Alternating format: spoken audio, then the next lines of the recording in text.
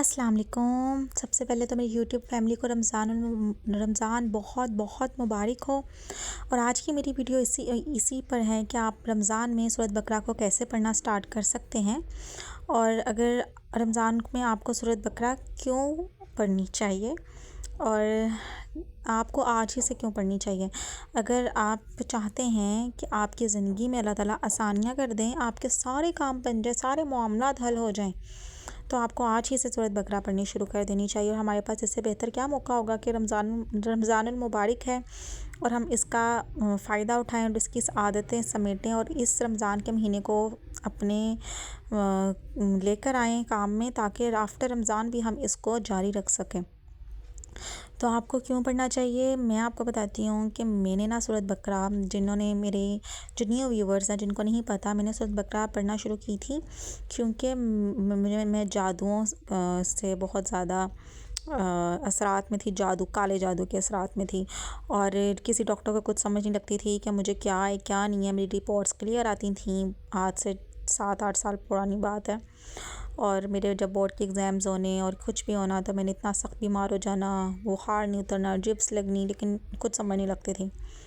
तो हाँ, फिर मतलब इवन कि आप ये भी करें कि लोगों ने कहना कि शायद मतलब जो भी चीज़ है ना, तो मैंने फिर हदीस सुनी कि बड़े से बड़ा जादूगर भी जो है सूरत बकरा का मुकाबला नहीं कर सकता। तो फिर मैंने अपना इलाज खुद करने की नीयत से मैंने कहा ठीक है। फिर मुझे शुरू में 2 घंटे लगने सूरत बकरा पढ़ने में, तो मैंने कहना कि मुझे बहुत मुश्किल होनी अगर पढ़ने में 2 घंटे लग जाने। तो मैंने कहना कि कोई बात नहीं, अगर मेरी ज़िंदगी के 24 घंटों में से मैं 2 घंटे निकाल लूँ और मेरे 22 घंटे सुकून में गुजरें, तो मैं क्यों ना निकालूँ।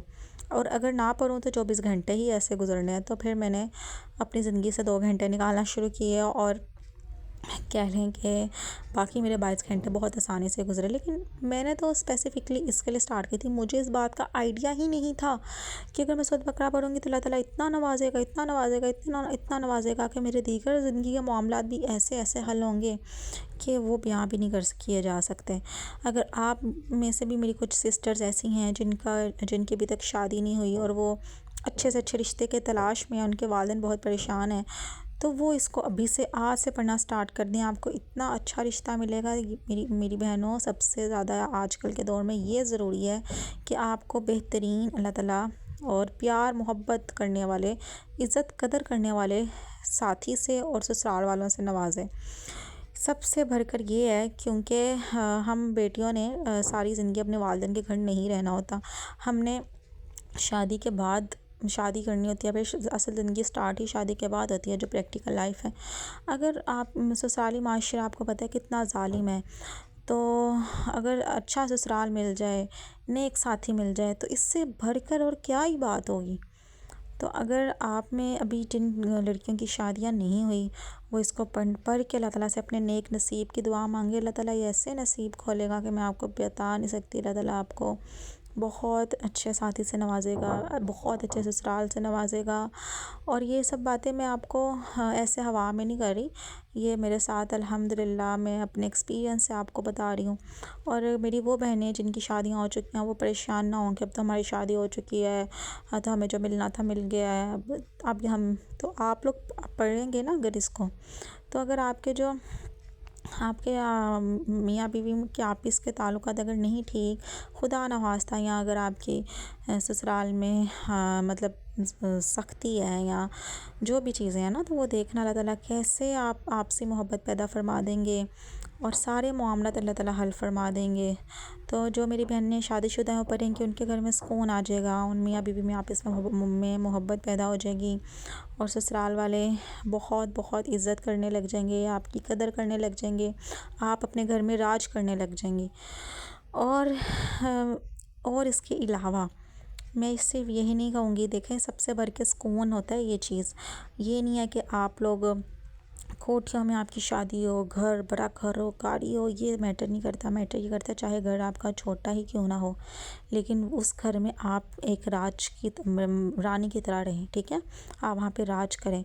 वो कहते हैं ना कि खिलाना सोने के चम्मच में और देखना शेर की निगाह से, तो उसका कोई फ़ायदा नहीं होता है कि अगर आपको मतलब कि बड़ा घर है लेकिन वहाँ पर इज़्ज़त कदर कोई नहीं, आपकी औकात दो कौड़ी की मतलब इज़्ज़त बेइज़्ज़ती जब जिसका दिल करे वो कर दे, ये चीज़ नहीं है। ये चीज़ है कि आप जो है जिस भी जगह पे जाएं वहाँ पे राज करें, आपको पलकों पे अगले बिठा के रखने वाले हों। असल कामयाबी ये होती है और असल रिज़्क भी यही है कि ये रिज़्क नहीं है कि बड़ा करोड़ों करोड़ों की जायदाद हो, बैंक बैलेंस हो करोड़ करोड़ का। आप सूरत बकरा पढ़ना अभी आज स्टार्ट कर देंगे, अल्लाह ताला ने आपको जितना भी दिया है, चाहे आपके हस्बैंड की, आपके फादर की 50,000 भी सैलरी है, मैं कहती हूँ 60-70,000 जितनी भी है, ठीक है, थोड़ी भी है, ठीक है, मैं एक वैसे बात करूँ, अल्लाह ताला उसी सैलरी में देखना इतनी बरकत डालेंगे, इतनी बरकत डालेंगे कि आपको समझ नहीं लगेगी कि इतनी महंगाई में भी सारी चीज़ें कैसे पूरी होगी। बल्कि ना सिर्फ पूरी हुई, ज़रूरियात पूरी हुई, बल्कि अल्लाह ताला ने इतनी ख्वाहिशात भी अल्लाह ताला पूरी कर रहा है। अल्लाह के ऊपर है ना, देखो 50,000 में अल्लाह इतनी बरकत डाल दे कि वो 50 लाख के बराबर हो जाए। और अगर 50 लाख भी हों लेकिन अल्लाह माफ़ करे उसमें बरकत ना हो, हैर ना हो और वो हलाल के ना हो, तो अल्लाह ताला ऐसी ऐसी जगहों से निकलवाता है, बीमारी पे लग जाते हैं या वैसे निकल जाते हैं, चोरी हो जाए, कुछ भी हो सकता है, ठीक है ना। तो आप लोगों ने इस चीज़ पे फोकस नहीं करना कि आप लोगों ने अल्लाह ताला से हैरें मांगनी है, बरकतें मांगनी है, आफ़ियत मांगनी है, अपने नेक नसीब की दुआ मांगनी है। और अल्लाह ताला से आप लोगों ने, मैं कहती हूँ कोई भी मकसद है, ठीक है ना, अगर किसी की जॉब नहीं लग रही तो वो अल्लाह ताला से इसको पढ़ के मांगे, अल्लाह ताला बेहतरीन जॉब से नवाजेगा। अब जिसकी जॉब लगी हुई है और अगर वो चाहता है कि उसकी जो भी सैलरी उसमें बरकतें हों, तो अल्लाह ताला इतनी बरकत अता फ़रमाएंगे, इतनी बरकत अता फ़रमाएंगे कि आप खुद हैरान रह जाएंगे अल्लाह ताला कहाँ कहाँ से पूरा कर रहा है। कोई हाजत हो, कोई मकसद हो। अब मैं जो मेरे पुराने व्यूवर्स हैं वो जानते हैं कि अल्लाह ताला ने मेरी ज़िंदगी में कितनी आसानियाँ की, शादी से पहले की भी ज़िंदगी में भी, जैसे कि मैंने एडमिशन्स लेना था। अब मैं आपको बताती हूँ ना, मेरे नंबर्स जो थे वो कोई बहुत हाई क्लास नहीं थे। मैं कोई बहुत ही आउटशाइन स्टूडेंट नहीं थी, कोई 1000 प्लस मार्क्स या 90% प्लस मार्क्स हों जो टॉपर्स के होते हैं, नहीं, मेरे वो नहीं थे। मेरे सिर्फ 80% मार्क्स मैट्रिक में, 75 इंटर में। लेकिन उसके बावजूद अल्लाह ताला ने मुझे पंजाब यूनिवर्सिटी जैसी यूनिवर्सिटी में एडमिशन दिया, वो भी मेरी आइडियल फील्ड में, आईटी में एडमिशन दिया, जो कि मैं चाहती थी मुझे मिले। और वो कितना मतलब मुश्किल है आजकल, तो मतलब 1000 प्लस मार्क्स लेकर भी नहीं मिल रहा है। इसका मतलब ये हुआ कि अल्लाह ताला ने मेरे नंबरों में बरकत डाल दी। बेशक थोड़े हैं, बरकत डल गई ना, तो वो जिनके ज़्यादा होते हैं उनको भी नहीं मतलब मिला, तो अल्लाह ताला ने मेरे नंबरों में बरकत डाल दी। फिर उसके बाद मास्टर्स में मुझे हॉस्टल चाहिए था, तो अल्लाह ताला ने मैंने बाहर हॉस्टल में रह रही थी और बहुत गंदा हॉस्टल था वो, ना उनका खाना अच्छा था ना ही कुछ और। तो उसके बाद जो गवर्नमेंट का हॉस्टल है ना, वो मेरिट पर एक ही लड़की को मिलता है। तो मैं कहती थी मेरा कहाँ ही होना है ना, वो तो किसी लाइक टॉपर को मिला होगा जिसके एंट्री टेस्ट में हाईएस्ट मार्क्स हैं, तो वो मेरे तो नहीं, मुझे तो मतलब यकीन भी नहीं था कि, अब मैं आपको वो चीज़ें बता रही हूँ जो मैंने अल्लाह से मांगी नहीं, मैंने अल्लाह ताला ने मुझे बिन मांगे अता फरमाई। तो मैं लिस्ट चेक करने गई कि देखो तो सही किसको मिला है, तो जब मैंने देखा कंप्यूटर साइंस डिपार्टमेंट में नीचे नाम, मेरा नाम था सुंदस, तो मेरी आंखों से आंसू जारी हो गए थे कि मतलब कि मैं तो एक्सपेक्ट भी नहीं कर सकती थी कि ये मुझे मिल जाएगा और मेरी सारी परेशानी हल हो गई। अल्हम्दुलिल्लाह अल्हम्दुलिल्लाह। मैं आप लोगों को बता रही हूँ, आज ही आप पढ़ना शुरू कर दें और ये रमज़ान मुबारक का फ़ायदा उठाएं और रमज़ान की बरकतें समेटें। रमज़ान की मैं आपको बताती हूँ मैंने कैसे शुरू की थी। अब जब यूनिवर्सिटी जाती थी तो मेरी कोशिश होती थी कि मैं एक दिन में कंप्लीट करूँ ना, तो वो हो नहीं सकती थी क्योंकि नई नई शुरू की थी और स्पीड नहीं होती और आपको बहुत टाइम लग जाता है। तो पहला पारा और सेकंड हाफ़, दूसरे पारे का निसफ़, वो मैं सुबह यूनिवर्सिटी जाने से पहले पढ़ के जाती थी। और फिर आफ्टर यूनिवर्सिटी, और नमाज़ों का एहतमाम तो आप सब ने करना ही करना, वो तो आपको पता ही है।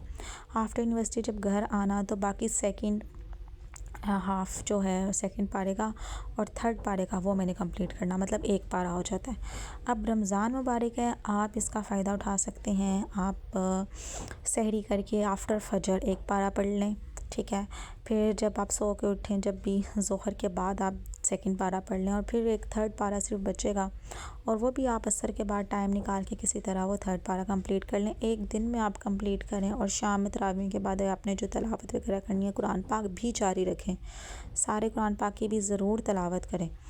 लेकिन आप लोग इसको अपनी ज़िंदगी में रमज़ान में ज़रूर शुरू कर दें ताकि इन 30 दिनों के अंदर अंदर आपकी रूटीन बन जाए और आप इससे परे बगैर रहें ना।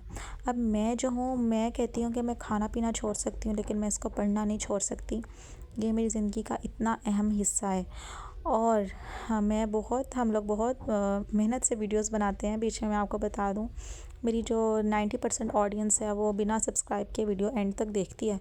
तो आप काइंडली मुझे सब्सक्राइब भी मस्ट करें, जो भी न्यू व्यूवर्स हैं, और वो मुझे सब्सक्राइब किए बगैर मत जाइएगा। आपका बहुत शुक्रिया। तो बैक टू द पॉइंट कि आप लोग अगर रमज़ान में इसको अपनी रूटीन में रख लेंगे ना तो 30 डेज़ में आप लोगों की रूटीन बन जाएगी इंशाल्लाह। आफ्टर रमज़ान अभी आप इसको ज़रूर कंटिन्यू करेंगे। तो मुझे भी अपनी दुआओं में याद रखें और रमज़ान में खास कर अपनी दुआओं में याद रखें। अपना ख्याल रखें सब। अल्लाह हाफ़िज़।